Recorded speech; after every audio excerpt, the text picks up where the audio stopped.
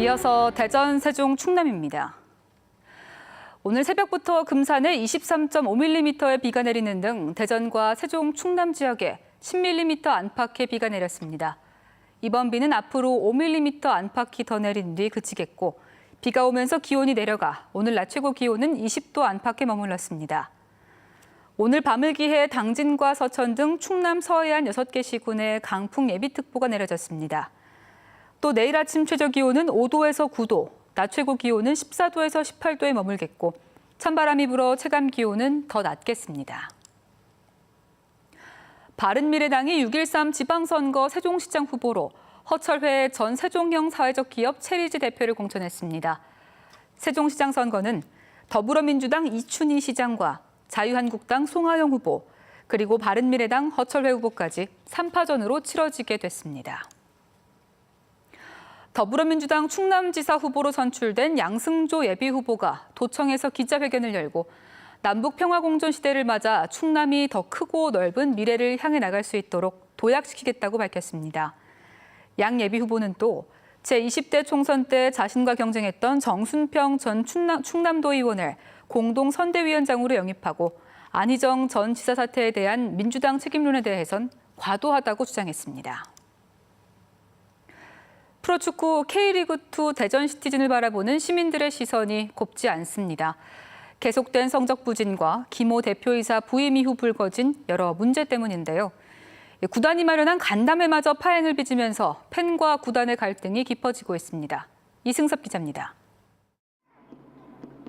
3년째 2부 리그에서도 하위권을 맴돌고 있는 대전 시티즌. 지난해 말 축구인 출신 김호 대표이사가 부임했지만 잡음만 커지고 있습니다. 선수 시절 대전에서 팀 무단 이탈로 무리를 일으킨 고종수 감독을 선임해 팬들의 반발을 샀습니다.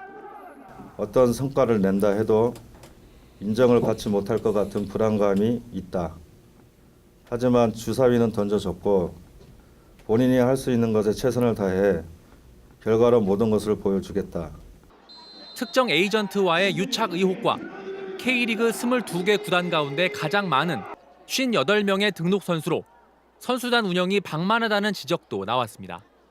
좋은 애들이 많이 나와서 튼튼한 팀으로 만들어져야 우리가 강팀으로 변할 겁니다.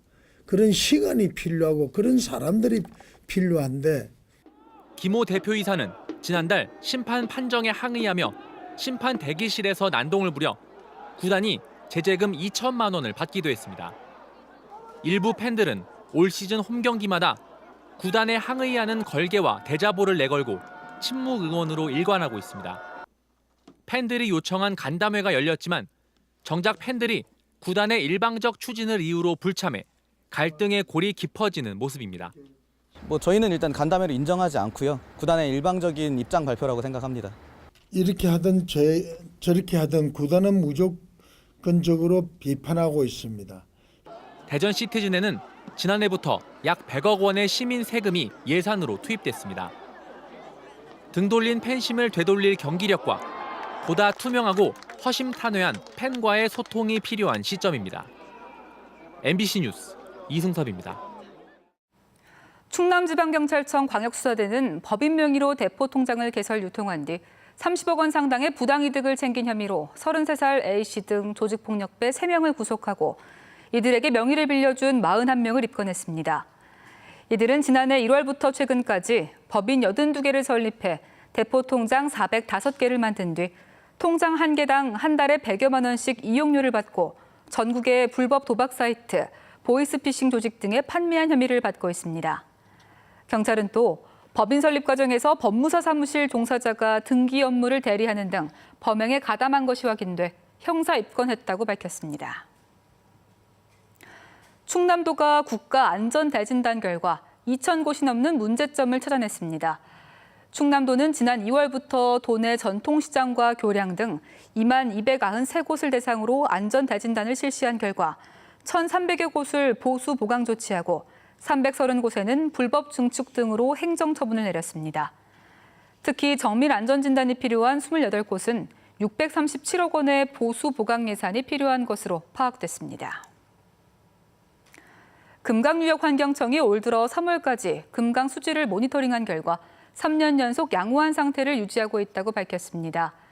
금강 상류 지역 상수원인 대청댐 현도 지점의 생화학적 산소 요구량 농도는 리터당 0.7mg으로 양호한 수준이며 금강 중하류 지역인 부여와 양화 지점의 농도도 각각 2.7mg, 3.8mg으로 예년보다 개선된 것으로 나타났습니다.